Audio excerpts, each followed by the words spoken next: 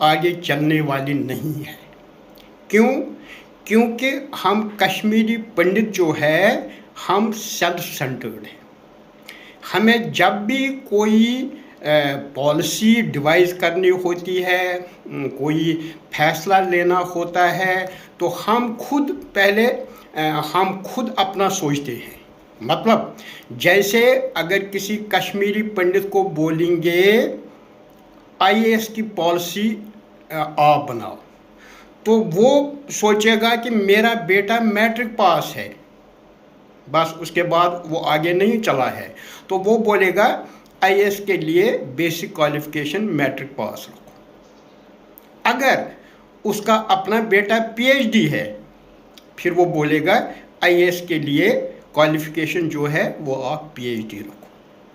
इसी तरह अगर हम किसी जगह पे रहते हैं, किसी कॉलोनी में रहते हैं, जब भी वहाँ कोई मिनिस्टर आएगा या कोई भी हायर अथॉरिटी आएगी, वो उसको ले जाएगा पहले अपने क्वार्टर में और दिखाएगा, ये देखो मेरा नल का टूटा हुआ है। मेरा मतलब वो पूरी कॉलोनी का नहीं सोचेगा। जैसे कॉलोनी में पानी नहीं आ रहा है, उसको उसके बारे में कुछ नहीं बोलना है। वो बोलेगा मेरा नल का टूटा हुआ है, यहाँ पे मेरे वॉशरूम में टाइल टूटी हुई है, यहाँ मेरे दरवाजे की कुंडी टूटी हुई है, मेरे क्वार्टर को पेंट नहीं हुआ है। मतलब वो अपना बोलेगा। अब अगर कोई अथॉरिटी आएगी जो मकान में रहता है, मतलब जिसके पास अपना मकान है, वो बोलेगा देखो जी मुझे क्वार्टर नहीं मिला, मैंने फिर लोन लिया, फिर मैंने मकान बनाया, अभी मुझे लोन चुकाना है, मुझे वो चाहिए। मतलब हर एक कम्युनिटी का छोड़ के सिर्फ इंडिविजुअल बात करेगा, अपनी बात करेगा। जैसे हमारे जो ये लीडर है, जिनको मैं लीडर अब नहीं मानता हूँ, इनको मैं वो बिचौलिए कहता हूँ, या क्रूड वर्ड्स में इनको मैं दलाल बोलता हूँ। इन्होंने भी इसी तरह अपनी इंडिविजुअल बेनिफिट के लिए पूरी कम्युनिटी को बेचा हुआ है। ये वही बात करते हैं बार बार, जिससे जो इनको पता है कि ये होने वाली नहीं है, और हमारी जो वो कैटल है वो बॉइलिंग रहनी चाहिए, वो कंटिन्यू रहनी चाहिए। वैसी बात करते हैं जिससे हमारा ये एग्जाइल फिर 35 साल और आगे चला जाएगा। और जब ये 35 साल और आगे चला जाएगा, तो आप सोचो 35 सालों में हमारी कम्युनिटी कि जो हमारा जो कल्चर था, हमारे जो एथिक्स थी, हमारे जो वो माना जाता था इंटेलेक्चुअलिटी, वो सारा 36 सालों में ही ख़त्म हो गया। तो 72 सालों में तो ये पूरा ये डेड वुड हो जाएगा, इसमें कुछ भी नहीं रहेगा, क्योंकि हमारे बच्चे यहाँ है ही नहीं, वो तो फॉरेन चले गए हैं, वो वहाँ का ही कल्चर भी अडॉप्ट करेंगे, वैसा ही बनेगा। और हमारी कम्युनिटी जो है इसका एक बार एंड हो जाएगा, ये कम्युनिटी नहीं रहेगी। जैसे हमने इसको प्रिजर्व करके रखा था अब तक, ये आगे प्रिजर्व नहीं होगी जैसे हालात चल रहे हैं। हर एक बंदा जो है, हर एक वो दलाल जो है, हर एक मतलब इंडिविजुअल जो है, वो भी सब लगे हुए हैं अपने अपने कामों में। कोई कहता है मेरी नौकरी है तो ठीक है, मुझे क्या है बाकियों के साथ। कोई कहता है मेरे पास क्वार्टर है, मुझे क्या सोचना है बाकियों का। कोई सोचता है मेरे पास क्वार्टर भी है, मेरे पास मकान भी है, अगर क्वार्टर ख़राब हो जाएगा मकान में चला जाऊंगा, मेरे पास क्वार्टर भी है, फ्लैट भी है, क्वार्टर ख़राब हो जाएगा फ्लैट में चला जाऊंगा, मुझे क्या है, से ताला लगा के रखो, मुझे क्या है। वरना आपको पता है जितने भी क्वार्टरों में रहते हैं उनमें से मैक्सिमम लोग हैं जिनके अपने मकान हैं, जिनकी 2-2 फ्लैट्स है दिल्ली में, बॉम्बे में, बेंगलुरु में, मगर फिर भी नहीं मानते हैं। अगर उनमें एथिक्स होती, अगर उनमें वो कश्मीरी पंडितपन होता, तो वो उसी वक्त सोचते हैं, बल्कि एडवर्टीजमेंट देते, लो जी कोई अगर कैंसर पेशेंट है मैं उसको अपना फ्लैट दे दूँगा, मैं उसको अपना क्वार्टर दे दूँगा क्योंकि मेरे पास फ्लैट है। फ़ायदा क्या है उधर क्वार्टर में रहने का? इन क्वार्टरों को अब कितने और साल निकलेंगे? 10 साल हो गए, 10 साल में 15 साल हो गए, 15 साल में ये इतने वरिष्ठ हो गए, और आप देखो और 10 साल में ये तो पूरे नीचे होंगे। तो क्या करना है इन क्वार्टरों को? या कोई परमानेंट आपकी रेजिडेंस थोड़ी ना है, अगर रही भी तो तब भी आपसे ये छीनी जाएगी। मतलब आप खुद परमानेंट सोल्यूशन नहीं सोचते हो इसका, आप सोचते हो ये कंटिन्यू रहना चाहिए, ये डोल जो है ये बजते रहना चाहिए, और हमारी कम्युनिटी धीरे धीरे जितना ये टाइम स्पान हो रहा है, आपने सुना है टाइम किल्स एवरीथिंग, और जब जब इसको टाइम चला जाएगा ये कम्युनिटी भी वैनिश हो जाएगी। इसके वो जो एथिक्स थे, वो जो इसका कैरेक्टरिस्टिक्स था, वो इसके जो कल्चर था, वो सारा धीरे धीरे धीरे धीरे ख़त्म हो जाएगा। जैसे कश्मीर में हम करते थे यज्ञोपवीत, बड़ी शान शौकत से करते थे, सिर्फ अगर कोई मर जाता था उसके बच्चों को यज्ञोपवीत नहीं होता था तो हम कहते थे उसको सड़क पर हमने दिया यज्ञोपवीत। यहाँ आप सोचो, जहाँ पर हम शादियों में करोड़ों रुपए खर्च करते हैं वहाँ पर हम सामूहिक यज्ञोपवीत करते हैं, उसमें भी डकोसला, मतलब क्योंकि ये रिलीजियस फंक्शन है इसमें डकोसला। शादी कोई रिलीजियस फंक्शन नहीं है उस किस्म की, वहाँ पे करोड़ों रुपए खर्च करो और ऐसी ऐसी डिशेस बनाओ जो बिल्कुल, मतलब मुझे ये मेरी ज़ुबान कांपती है ये कहने से, जो प्योर होता है बीफ, प्योर बीफ, जो कबाब होते हैं, जो रिश्ता होता है, जो गुश्ताबा होता है, जो इवन मस्त होती है आजकल की रेडीमेड, ये सारा रेडीमेड है, और ये सारा जो है ये बीफ है। मगर लोग शान शौकत से खाते हैं, क्यों? क्योंकि उन्होंने उस वक्त लगाई होती है, पी होती है, शराब पी होती है। शराबी को कुछ भी आप खिलाओ। हम एक बार इस पे मीटिंग में गए थे, रात को उधर ही रहे, शाम को वो लोग आए हमारे पास, हम 3 ऑफिसर थे, तो बोला आपने क्या खाना है? मैंने बोला उनको मैं वेज हूँ, मैं तो मीट नहीं खाता हूँ, मेरे लिए पनीर और सब्ज़ी लाना। फिर उन्होंने पूछा कि ये क्या खाएंगे, वो तो पिए हुए थे। मैंने बोला इनको कुछ भी लाओ, आप कुछ भी खिलाओ इनको, ये थोड़ा ना बोलेंगे मेरे लिए ये लाओ और वो लाओ। कहते हैं अच्छा। मैंने बोला हाँ। उन्होंने वो रिकॉर्डिंग करके रखी थी, बाद में सुबह उन्होंने उनको दिखाया, बोला देखो पंटा साहब आपके बारे में क्या बोल रहे थे।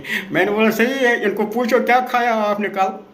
तो जब ये वहाँ पे शराब पीते हैं, उसके बाद बीफ का कबाब हो, मटन का कबाब हो, रिश्ता हो, गोश्ताबा हो, मस्त हो, कुछ भी ये खाएंगे, इनको कुछ नहीं है उसके साथ, ये उस वक्त कुछ भी खाएंगे। इनको क्या पता हम क्या खा रहे हैं, इनको कुछ पता नहीं, सिर्फ इनको मीट चाहिए उसके बाद। तो मैं ये कह रहा हूँ कि हमारा कल्चर, हमारे एथिक्स, हमारा कैरेक्टर कितना बर्बाद हो गया, कितना इन चीज़ों ने हमें ख़राब कर दिया। जहाँ बाप और बेटे एक साथ शराब पी रहे हैं, शाम को एक साथ वो डालते हैं पैग, और एक साथ वो वही मीट खाते हैं जो बाद में बाप को भी पता चलता है और बेटे को भी पता चलता है कि ये बीफ था। अच्छा, शादियों में नगरोटा के गुजर बनाते हैं शीर चाय, और नगरोटा के गुजर बनाते हैं कहवा, ये सबों को पता है। फिर भी शौक से मेखल में, हाँ जी पियो कहवा, ये फाक चाय है, पियो कहवा, और खाओ पकोड़े, वो बनाए हैं उसने, अकरम ने, खाओ पकोड़े। तो मतलब पूरा ख़त्म हो गया। और आजकल मैं देखता हूँ क्लिप्स आती है, छोटे छोटे बच्चे बोलते हैं मोदी जी हमें कश्मीर ले जाओ वापस। मैंने बोला कि इनके उनको बापों को बोलो इनके पिताजियों को बोलो, क्या वो श्रीनगर जाना चाहते हैं कि नहीं जाना चाहते हैं। और मेरा जो 1 साल का एक्सपीरियंस है उसमें ये मुझे लगा है कि कोई भी बंदा, कोई भी कश्मीरी पंडित, क्योंकि मैं सच कहता हूँ इसलिए मेरी बात सबों को चुभती है, कोई भी कश्मीरी पंडित श्रीनगर नहीं, मतलब कश्मीर नहीं जाना चाहता है। तभी ये कंडीशंस डालते हैं, क्या? One time settlement. One time settlement का मतलब हमें 1 करोड़ रुपए दे दो या हमें 5 करोड़ रुपए दे दो। नौकरी, हमें नौकरी दे दो। होमलैंड, हमें होमलैंड दे दो। ये तभी ये कंडीशंस, ऐसी ऐसी कंडीशंस डालते हैं जो इनको भी पता है ये होने वाले नहीं है, इसलिए ये जाना नहीं चाहते हैं। जिस बंदे को जाना हो वो ऐसी कंडीशंस नहीं डालेगा, वो डालेगा कंडीशंस, लेकिन इतनी भी नहीं, इतनी सख्त कंडीशंस कि कश्मीर को आप 2 टुकड़े करो। पहले हमने J&K के 3 टुकड़े किए, अब इसको कश्मीर को भी 2 हिस्से कर दो। मतलब जब हम कश्मीर को 2 हिस्से करेंगे, फिर वो जो POK है, पाकिस्तान ऑक्यूपाइड कश्मीर, उसको क्या करेंगे? जो गिलगित और बिल्तिस्तान है उसको क्या करेंगे? अच्छा, उसके बाद जो नॉर्थ ईस्टर्न स्टेट्स है हमारे इंडिया के, उनको क्या करेंगे? मतलब उसका ये नहीं सोचते हैं। फिर वेस्ट बंगाल को क्या करेंगे? वहाँ वेस्ट बंगाल को अब फिर 2 टुकड़े करेंगे ताकि माइनॉरिटीज़ को हम अलग दें और उनको अलग दें, क्योंकि वेस्ट बंगाल से भी माइग्रेशन हो रही है। केरला को क्या करेंगे? केरला जहाँ पर कम्युनिस्ट ही रहते हैं उसको क्या करेंगे? मतलब ऐसी ऐसी बातें करना जो पॉसिबल ही नहीं है। इसीलिए मैं कहता हूँ कि कोई भी कश्मीरी पंडित वापस नहीं जाना चाहता है। जहाँ जहाँ तक मेरा सोच जाता है, जहाँ जहाँ तक मेरी वो जो थिंकिंग जाती है, उसके हिसाब से कोई भी कश्मीरी पंडित वापस नहीं जाना चाहता है। और मैं इनको एक बात बोल रहा हूँ कि जहाँ आप है अपने आप को आप वहीं पे एडजस्ट करो। चाहे कोई दिल्ली में फ्लैट है तो बैठो आराम से, आपको क्या टेंशन है दिल्ली में अगर आपका फ्लैट है। हाँ, जो क्वार्टरों में रहते हैं उनके पास भी, जिसके पास ज़मीन है, जिसके पास कहीं पे घर है, जिसके पास कहीं पे फ्लैट है, निकल के चले जाओ उधर, ताकि गवर्नमेंट भी ये देखे कि कौन कौन ऐसा बंदा है, हालांकि उनको पता है, दे नो इट, कौन कौन ऐसा बंदा है जो सिर्फ क्वार्टर पे डिपेंड है, जो सिर्फ रिलीफ पर डिपेंड है, ताकि उनका रिलीफ बढ़ाएंगे या उनको कुछ और देंगे। बाकी जो है, जो एडजस्टेड है, वो क्यों नहीं निकलते हैं? वो क्यों नहीं अब पूरी तरह से एडजस्ट हो रहे हैं? उनको श्रीनगर में क्या है? जैसे किसी को श्रीनगर में ज़मीन है कश्मीर में, तो वो जाएगा ज़मीन के लिए। जिसको कश्मीर में कुछ भी नहीं है वो कश्मीर क्यों जाएगा? जिसको कश्मीर में नौकरी भी नहीं है, उसकी नौकरी भी जम्मू में है या इंडिया में कहीं पर है, तो वो कश्मीर किस लिए जाएगा? For what purpose he will go to Kashmir? उसके पास कश्मीर में कुछ भी नहीं है, ही हैज़ लेफ्ट नथिंग, उसने ही हैज़ सोल्ड एवरीथिंग, उसने सब कुछ बेच दिया है। या उसके पास वहाँ भी कुछ भी नहीं था तो आ गया यहाँ, तो यहाँ कुछ भी नहीं है, वो क्यों जाएगा कश्मीर? मतलब सपोज मैं जाऊँगा कश्मीर, क्यों जाऊँगा कश्मीर? क्योंकि वहाँ पर मेरी लैंड है। अगर लैंड नहीं होती वहाँ पे तो मैं भी क्यों जाता? इसी तरह ऐसा बंदा जाएगा कश्मीर जिसकी वहाँ पर नौकरी है, जैसे PM पैकेज का बंदा या कोई डायरेक्ट लगा है, वो जाएगा वहाँ पे। आम आदमी क्यों जाएगा कश्मीर? आम आदमी जाएगा पिकनिक के लिए, वो मैं भी जाऊँगा, पिकनिक के लिए जाऊँगा, घूमूंगा इधर उधर, मंदिर जाऊँगा, रिलीजियस टूरिज्म के लिए वहाँ जाऊँगा, आऊँगा वापस। आप अब बताओगे आपको अंदाज़ा कैसे लगा है? मेरे 2 ग्रुप है, मेरे 4 ग्रुप है, लेकिन 2 ग्रुप है वो लिमिटेड है। एक कुफवारा का है, एक मैंने कोर ग्रुप बनाया है, 2 वो है। 2 ग्रुप मेन है जिनमें लगभग 650 मेंबर्स हैं, और वो मिला के, कुपवारा का ग्रुप मिला के और कोर ग्रुप मिला के मान लीजिए ये 700 मेंबर है। 700 मेंबरों में जब भी मैं कोई वीडियो डालता हूं या कोई मैसेज डालता हूं, एक बंदा रिस्पॉन्स देता है, एक बंदा। 700 में एक बंदा रिस्पॉन्स देता है, या ज़्यादा से ज़्यादा 2 बंदे इन बातों का रिस्पॉन्स देता है। मतलब जैसे कोई मुझे बोले नहीं आप गलत बोल रहे हो, हम जाना चाहते हैं। क्यों? क्योंकि मेरा यहाँ पे ज़मीन है। कोई ऐसा बोले नहीं मैं वहाँ पे नौकरी कर रहा हूँ, मैं जाना चाहता हूँ, मैं गया भी हूँ। कोई ये बोले कि मैंने वहाँ पे कुछ ने वहाँ पे मकान बनाए हुए हैं, बिल्डिंग्स बनाई हुई है, कम से कम वही बोले कि नहीं मैंने वहाँ पे बिल्डिंग बनाई हुई है, उसको किराए पर दिया है और मैं वहाँ पे जाना चाहता हूँ। नो, मतलब वो ग्रुप में ऐसे ही बैठे हैं और कभी कभी ऐसी बातें करते हैं ग्रुप में जो ग्रुप के खिलाफ होती है। जैसे वो बोलते हैं नहीं तो व्हाट्सएप से क्या चलेगा। ओ भाई व्हाट्सएप से नहीं चलेगा तो आप एग्जिट हो जाओ ना ग्रुप से, आप क्यों ग्रुप में बैठे हुए हो। बल्कि उल्टा मैंने 100 बार बोला ये गुड मॉर्निंग गुड इवनिंग इसको ग्रुप में नहीं करो, अगर इंडिविजुअल करना है तो इंडिविजुअल करो, लेकिन ये ग्रुप में करेंगे ज़रूरी डिस्टर्ब करने के लिए, ये ग्रुप में फिर करेंगे।